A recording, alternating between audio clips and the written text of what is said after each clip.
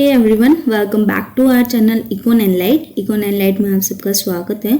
So in this video we are going to discuss about the key difference between national income and domestic income. अब तक आप सबको पता तो चल गया होगा नेशनल इनकम क्या होती है, डोमेस्टिक इनकम क्या होती है, बट इसमें जो मेन डिफरेंस है क्या होता है, अगर आपको नेशनल इनकम दे रखी है तो उससे अगर आपको डोमेस्टिक इनकम निकालने के लिए बोला जाए तो आप निकाल सकते हैं क्या।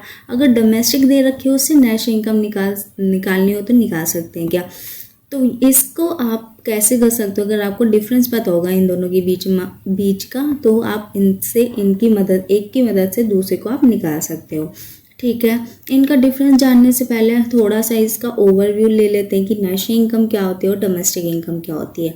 तो सबसे पहले नेशनल इनकम आपको पता चल गया होगा, ये क्या है, आपकी टोटल इनकम है जो कि हमारे कंट्री के रेसिडेंट हमारे अर्न करते हैं थ्रू प्रोडक्शन एक्टिविटीज़, और इसमें क्या इंक्लूड होता है हमारा इनकम फ्रॉम अब्रॉड, जिसको हम NFIA भी बोल देते हैं, एंड इसकी फुल फॉर्म है net factor income from abroad. तो नेशनल इनकम का फॉर्मूला इसी से बन गया। ये क्या होता है, हमारी डोमेस्टिक इनकम में जब हम NFIA प्लस कर देते हैं तो हमारी नेशनल इनकम बन जाती है। ठीक है, तो यहीं से पता चल गया अगर डोमेस्टिक इनकम दे रखी है तो नेशनल इनकम कैसे निकालेंगे, एंड नेशनल इनकम दे रखी है तो डोमेस्टिक इनकम कैसे निकालेंगे। इन दोनों का जो मेन डिफरेंस क्या होता है वो NFIA ही होता है।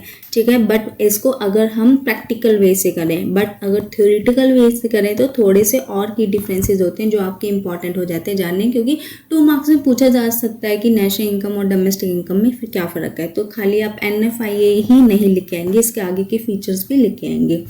तो हमारे की फीचर्स क्या होते हैं नेशनल इनकम में, क्या होते हैं, एक तो विद इन द कंट्री होगा, ठीक है, जो कि इनकम अर्न हो रही है, और साथ में अब्रॉड की इनकम भी इंक्लूड होगी। एंड इसमें हमारा मेन फोकस किस पे करते हैं, रेसिडेंट पे। ठीक है, चाहे हमारे वो डोमेस्टिक सिटीजन हो या फिर हमारा क्या हो, अब्रॉड का सिटीजन हो। इसमें हम सिटीजन के साथ साथ क्या भी लेते हैं, बिजनेसेस भी लेते हैं।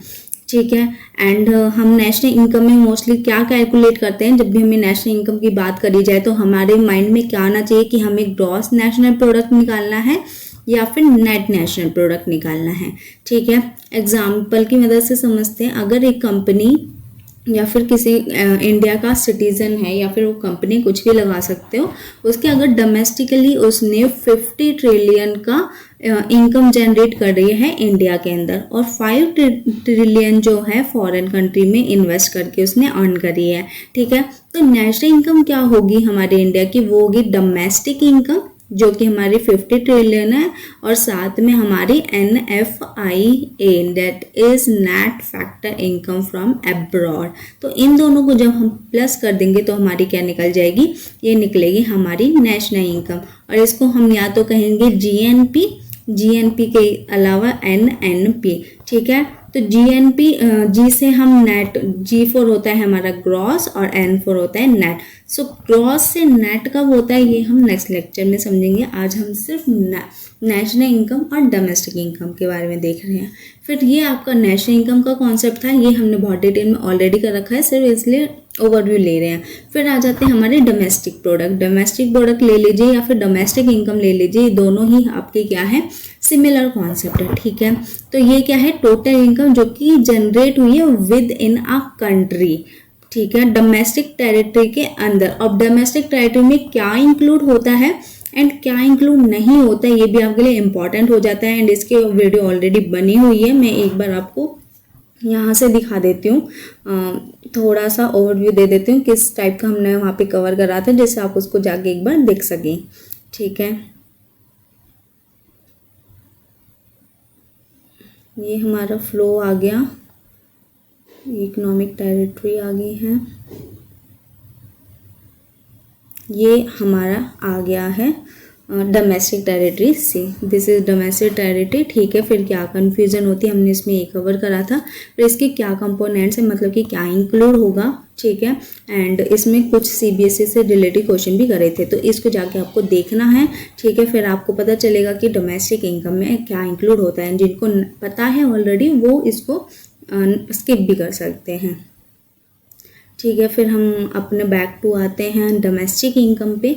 सो डोमेस्टिक इनकम में हम कर रहे थे कि इनकम जो कि हमारी डोमेस्टिक टेरिटरी के अंदर हमारी जनरेट होती है वो होती है, चाहे वो हमारे रेसिडेंट हैं या फिर फॉरेनर्स हैं, ठीक है। इसमें हम डोमेस्टिक टेरिटरी के अंदर कौन सी इनकम हमारी अर्न हुई है सिर्फ वो देखेंगे, ठीक है। डोमेस्टिक इनकम का क्या फॉर्मूला होता है, income from all production with in domestic territory.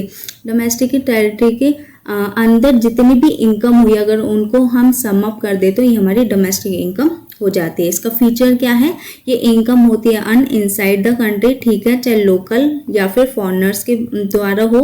But अगर हमारे इंडिया की डोमेस्टिक टेरिटरी के अंदर है, चाहे वो फॉरेनर कमा रहे हैं या फिर लोकल कमा रहे हैं, तो वो हमारी क्या बनेगी, डोमेस्टिक इनकम बनेगी, ठीक है।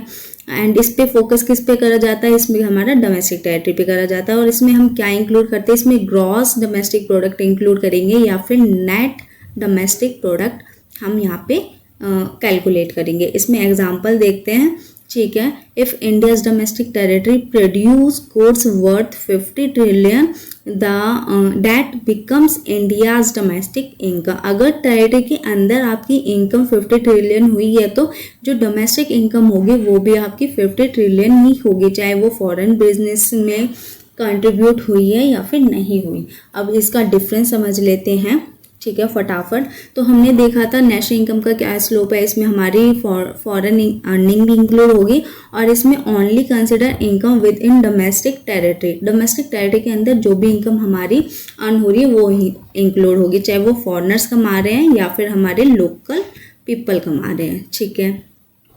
तो इसमें हमारे की मेजर हम क्या क्या यहाँ पे कैलकुलेट करेंगे, यहाँ पे हम ग्रॉस नेशनल प्रोडक्ट यूज़ करेंगे एंड हमारा नेट नेशनल प्रोडक्ट या फिर इनकम को हम कैलकुलेट करेंगे। इसमें हमारे gross domestic product and net domestic product करेंगे। इसमें कौन कौन इंक्लूड होते हैं, हमारे रेसिडेंट होते हैं, चाहे सिटीजन हो या बिजनेस हो, ठीक है, एंड वो चाहे फॉरेन से कमा रहे हो या फिर आपके डोमेस्टिकली कमा रहे हो, ठीक है। ये हमारी नेशनल इनकम होती है। और इसमें anyone operating inside domestic territory, चाहे वो लोकल हो या फिर फॉरेनर हो, ठीक है। फोकस में कौन रहेंगे, इसमें आपका रेसिडेंट का कंट्रीब्यूशन होगा, इकोनॉमिक कंट्रीब्यूशन, चाहे वो अब्रॉड से ही आ रहा हो। और इसमें क्या है, इनसाइड द कंट्री का इकोनॉमिक कंट्रीब्यूशन हो रहा है, चाहे वो फॉरेनर्स कमा रहे हैं, ठीक है।